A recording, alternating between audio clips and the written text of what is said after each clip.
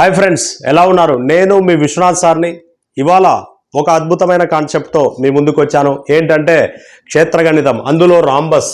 So రాంబస్లో కర్ణాల పొడవుల మొత్తం అంట. కర్ణాల పొడవుల మొత్తం, రెండు కర్ణాలు ఉంటాయి, d1 + d2 = 10.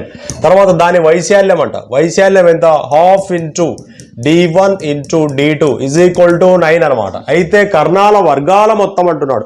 అంటే d1² + d2² అడుగుతాడు.